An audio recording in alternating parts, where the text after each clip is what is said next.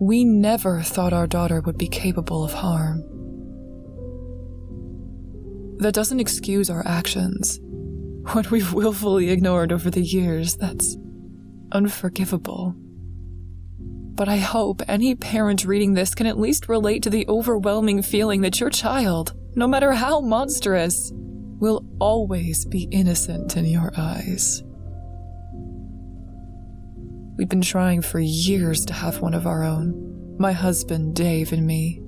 So long, in fact, that sex had become like another occupation for us. We tracked my menstrual cycle, waited for ovulation days when I'd pee on a stick and get a positive result. Then we'd make our way to Pound Town, revisiting as often as we could to cut my dodgy egg off at the pass, until we were both wholly exhausted from the effort. It was like that every month for at least a year and a half. It took as long for us to accept that we couldn't get pregnant on our own. Our sex, our bodies, would not be enough. Dave found us a fertility clinic. A friend of his, who'd also struggled, recommended it. I felt relieved to finally acknowledge we needed the help. Answering those questions during our first consultation at the clinic was like a confessional. Yes, I did have an STD once. Okay, twice. Yes, I am not getting enough exercise during the week. Yes, my diet is heavily carb-based. And yes, I would do anything, change anything, be anything to have a baby. We held nothing back. We did all their tests, explored every option, spent all of our savings. And 2 years later, after pouring all of us into the pursuit of a baby bump, nothing. I remember Dave holding me the day the IVF didn't work. The two of us standing in the corridor of the clinic, just holding each other. I remember repeating the words we'd said so many times together. This isn't our fault, while still feeling like an absolute fucking failure. That's where she found us, our fertility specialist, at the bottom of a well. She offered her sympathies there in the corridor, her eyes glassy, voice tight in her throat. She'd been with us through so much the loss had impacted her as well. We thanked her for her condolences, then started for the exit. There were no more emotions left in either of us. No more tears, just cold acceptance. We were officially an infertile couple. But as we neared the exit, our specialist called out after us. This doesn't need to be the end. I stopped, while Dave kept on, either not hearing or not wanting to. The specialist was still standing right where we left her, so I let go of Dave's hand and wandered back over. I appreciate all that you've done, I said. I really do. But we're completely out of money, and honestly, I don't think this was ever going to happen for us.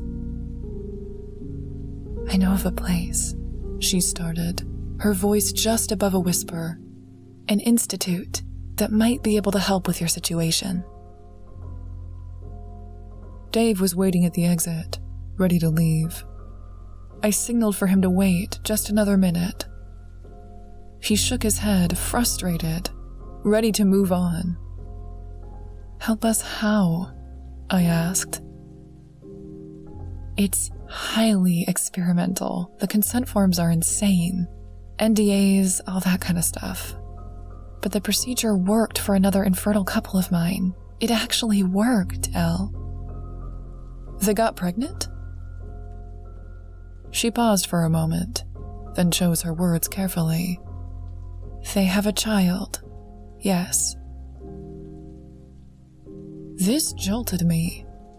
I was so sure at this point that I didn't have any hope left, and yet, at the very mention of another chance, I was back at the poker table, ready to go all in again.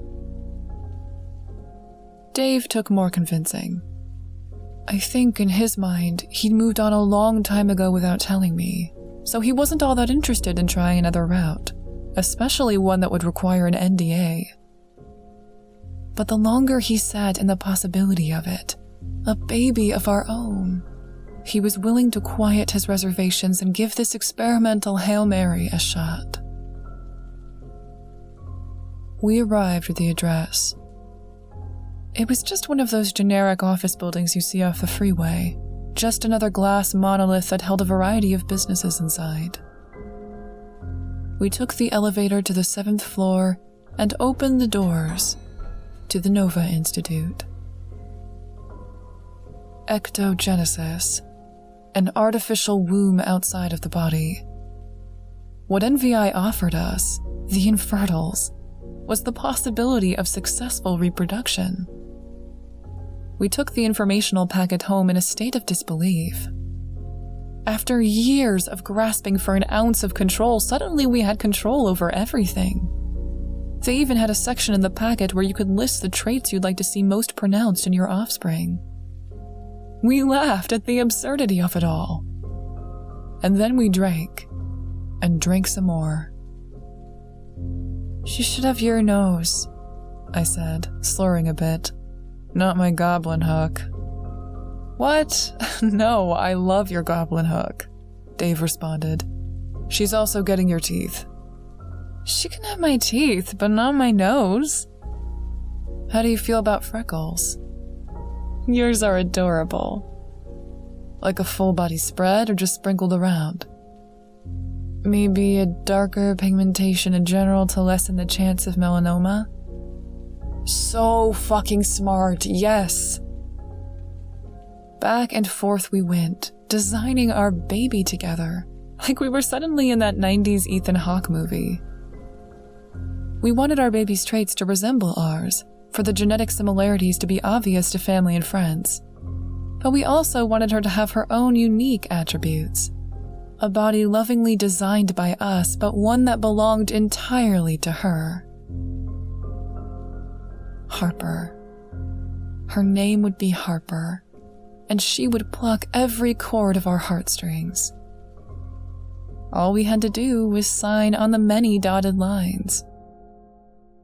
The absurdity waned at some point, and all we were left with was an inevitable choice. Harper was pulled from her artificial womb on a Tuesday morning in late December. We were going for a Christmas baby, but circumstances pushed the due date up a week. According to NVI, she developed faster than anticipated, and was starting to tear the uterine tissue with the powerful strokes of her sport-ready limbs. I was the first to hold her. Her eyes held the emerald glow of my late mother's.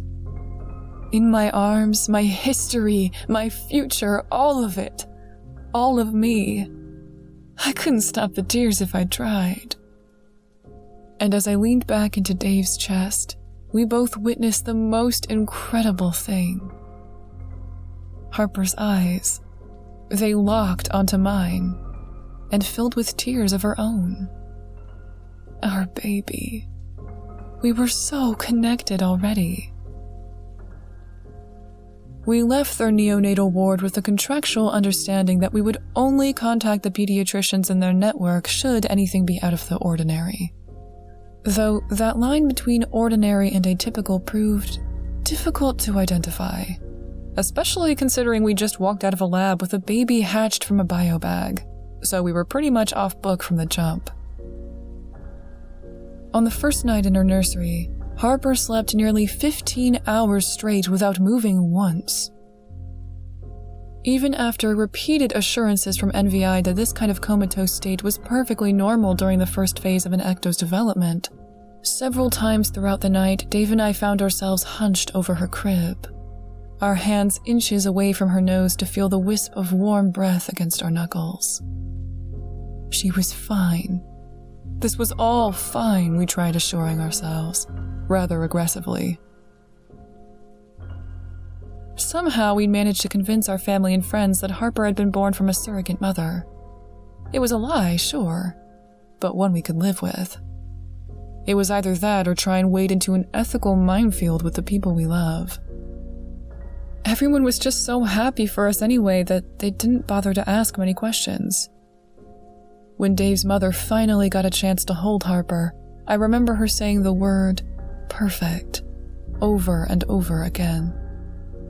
And to us, Harper was perfect. We were both on leave from our jobs for those first few months, so our baby girl was our entire world. Our friends had warned us that month 1 through 3 came at you like a wrecking ball, but that wasn't our experience at all. Harper took to the bottle of NVI-engineered formula immediately, gained enough weight to get those adorable baby rolls, slept through the night, and never, ever cried. That last part was a bit uncomfortable at times. But again, we'd been assured that her development would not be like other children, so, as strange as it was, it still felt right to us. In full transparency, there were some other early warning signs I actively chose to ignore. Moments with Harper during her first years of her life where I felt this lurking sense that something might be very wrong with our daughter. One night, for example, and I'm not proud to admit this, I pulled Harper roughly out of her crib, hoping she would fuss or cry in my arms. Up until that point, I'd been able to let go of most parental expectations, but I couldn't suppress the desire for her to need me, and that started to come out in weird ways, like waking her up in the middle of the night just to rock her back to sleep. Harper's eyes peeled open. They found mine. And instead of fussing, she just stared back at me without expression, as if she understood exactly what this late-night intrusion was all about. I felt a coldness dig into my chest. It rippled through my body, swirling up to my head, wrapping around my brain like the tendrils of a vine. And that's when I heard it. A voice booming inside me, piercing, spiteful. Release me. I immediately stood from the chair, set Harper down in her crib with odd, jerky motions, then staggered off toward the door, bumping into walls as if walking for the first time. It wasn't until I was halfway to my bedroom that I started to wonder what exactly had just happened. I slipped into bed beside Dave and decided not to wake him. Instead, I closed my eyes and willed myself to forget the whole thing. But the frequency of these kinds of occurrences became difficult to ignore. One night, as Dave tells it, while I was out for work drinks, he was deciding between Giving Tree and Rainbow Fish for a bedtime story, when he was struck by a sudden desire to introduce more complex ideas to Harper. He carried her into his study and pulled down an earmarked, heavily noted copy of The Fountainhead. They stayed awake hours after her bedtime, Harper unmoving in his arms, while Dave read the chapters aloud, entranced by the act of revealing an individual's true worth to our daughter's developing mind. That's where I found him, working his way through the final chapters with Harper sitting up in his lap. I grabbed Dave's arm when he wouldn't respond to my voice. After some vigorous shaking, he finally snapped out of it. I asked questions he couldn't fully answer. And then there was the incident of the popsicle in the park. We agreed on no sugar for the first few months of her development. We'd even signed a form that would keep her diet to the NVI formula until she was at least 6 months of age. But while walking through a local park with Harper strapped to my chest, I found myself inexplicably drawn to an ice cream cart. After unwrapping a rainbow-colored frozen treat on a bench, my thoughts turned to Harper, and only her. I wanted her to partake in the joy of tasting a popsicle on a warm summer afternoon. Screw the contracts. I wanted my baby girl to devour the damn thing whole. When Dave found us, returning from his tennis match in the park, I was seated on a bench, absently holding the popsicle out for Harper to eat. Her face and onesie were stained red. I thought she wasn't supposed to— "Fuck off!" I yelled, in a voice I didn't recognize. Oh God, what am I doing, Dave? Let's just get her cleaned up. We have our appointment in an hour. For as often as we were caught in these uncomfortable situations, the short explanation, the one that stuck most often, was that neither of us knew what parenting would be like. So maybe grappling with these powerful, irrational desires was familiar to all who raised a kid. Or maybe— "How's it going?" the Nova pediatrician asked during our appointment. "Wonderfully," I responded. "She's everything we hoped she'd be. And more." "And more," David parroted, giving my hand a loving squeeze. Both of us were a little terrified of what might happen if we were honest about our experiences with Harper, so we focused on the positives and shared only what painted our family in the best possible light. After a brief physical, during which Harper lay motionless on the examination table, the pediatrician was satisfied with the results. So satisfied, in fact, that they wanted to introduce us to other couples who were also raising ecto-children. "What we're learning," started the pediatrician, "is that there are tremendous benefits to socialization between ectos, both for the children as well as the parents. What you are going through, each of you, is truly unique. I mean, there hasn't been anything like this in human history. So yeah, we're recommending Playdates." She winked at us with a smile, and we smiled back at her. Everything was exactly as it should be. The drive to the house in the hills was unbearably tense. We had received the numbers of other couples with ecto-children. We started a group text, and one of the other parents eventually offered to host a meetup. By this point, Harper had just turned 3 and was selectively mute. She only used language to underscore a point she was trying to make with nonverbal cues. There were other anomalies about her. In truth, they seemed to metastasize by the day. We were worried she would be the odd ecto out. "Here we are," Dave said, in an overly chipper voice. "That's the one," I responded, my voice shaky. "What a beautiful home." Later in the day, several parents circled up around a sandbox shaped like a turtle, watching our kids stare at each other with quiet stoicism. I found it comforting to know that Harper wasn't the only one uninterested in playtime. I could tell the other parents in our huddle felt exactly the same. Turns out we were all comparing our children to each other's, and that did normalize it some, at least for me. One of the other moms turned to me during a lull in the conversation. We had bonded earlier over a YouTube channel we let our children watch against regulation, admitting we even spoke in the voice of the host at times at home, so apparently she was ready to get a little more personal with me.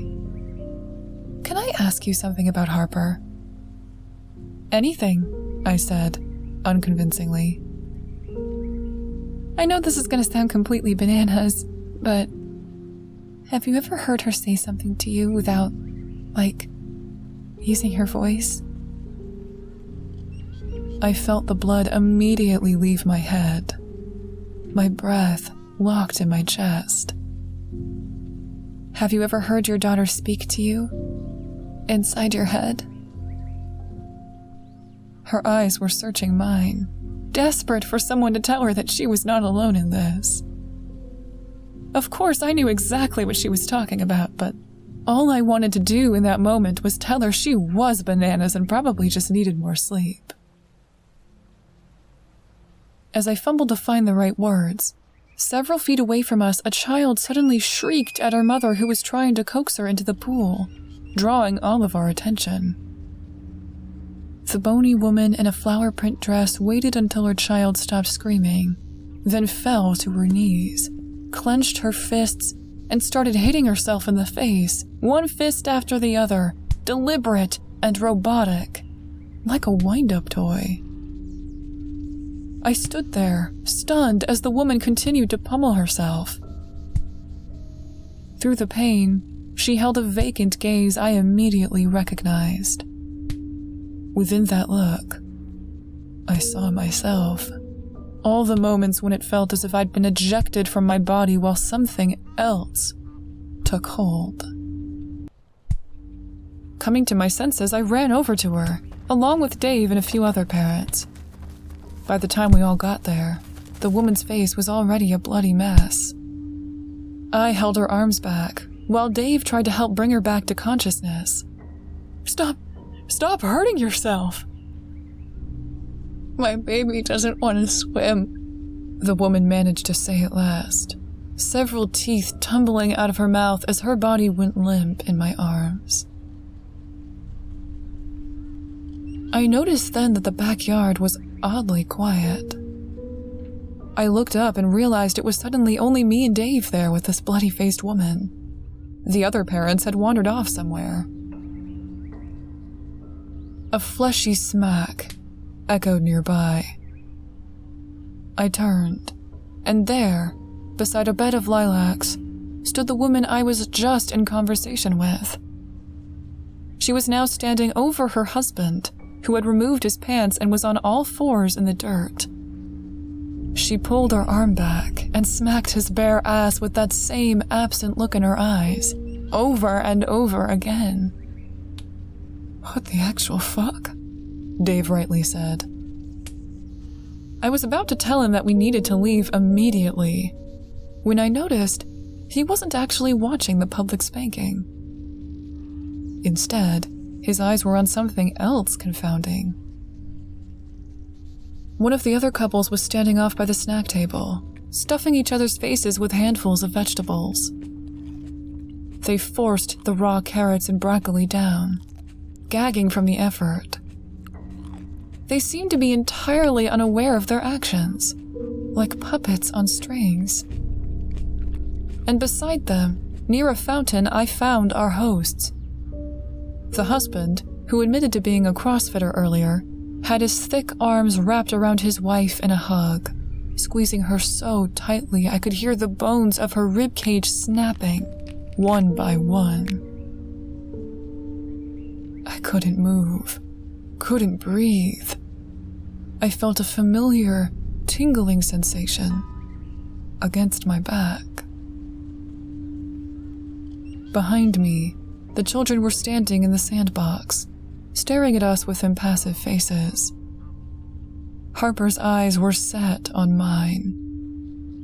They seemed to glow. The sensation against my back spread through my body.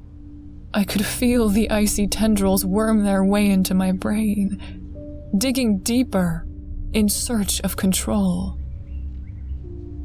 My head suddenly spun toward Dave on its own, and I stared at him blankly, as a voice from deep within commanded me to eat your dinner.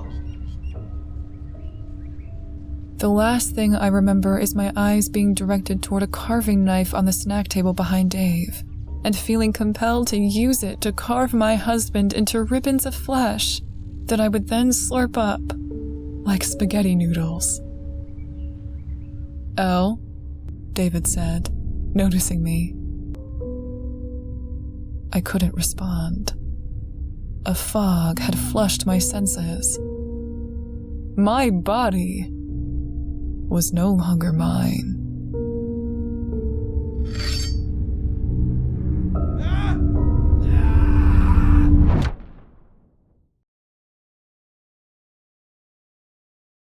Hours later, a woman in a black pantsuit shook me awake. "Miss Parker?" she said. "Are you here with me?" It took a minute to orient myself. My hands were restrained in chicken wire. There was blood on my dress. The backyard was teeming with police and paramedics. Some of the parents were being treated for wounds, others wheeled away on gurneys. Dave was among them, alive, thank God, receiving bandages for several knife wounds, his face pale, aghast.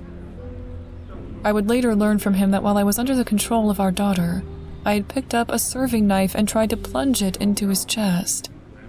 He fended me off, but we were both cut up badly in the process. "I'm a contractor with the Nova Institute," the woman said, her eyes hidden behind reflective aviators. "I have some questions for you about Harper." "Where is she?" I asked, trying unsuccessfully to stand, my feet also bound in the wire. "Where's my baby?" "That's what I want to talk to you about. We recovered the other children, but Harper wasn't among them. Now, I need you to be very honest with me, Mrs. Parker, because this situation is not good for either of us. Do you know where we can find your daughter?" I glanced over at Dave, just as he turned my direction. We traded a brief look, and in that look, I knew that Harper was now in possession of him. She was somewhere nearby, using him to avoid detection. "I have no idea," I told the woman, "but my daughter had nothing to do with this." "I hate to break it to you, ma'am, but your fucking kid is not all right." She wandered off to speak to Dave as a paramedic swooped in to help me out of my restraints. I watched as Harper used Dave to explain that he'd seen her leave through a side gate, so she would be far away by now. My heart swelled. Our sweet baby girl realized she did need us after all. Harper's back in our care now. We've moved several times since these events, so it won't be possible to find us. We have our differences, like any family, but we're working through them. Most importantly, we know what our daughter is and what she's not. One day, when we release our baby to the world, I hope you are just as accepting as we have been. Otherwise, well, she does have a way of commanding a room.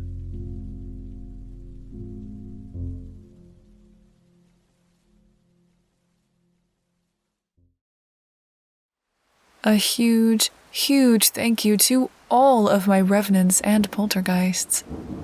Evan Diaz, Razor Raptor, Baby Yoda, Calderin, Cheryl Meredith, Evil Toad, Gary, Imugi, Nathan Konerk, Rye Dandel, Spirit Father, and Steven Stevens. Your contributions are so appreciated, and thank you from the very bottom of my heart.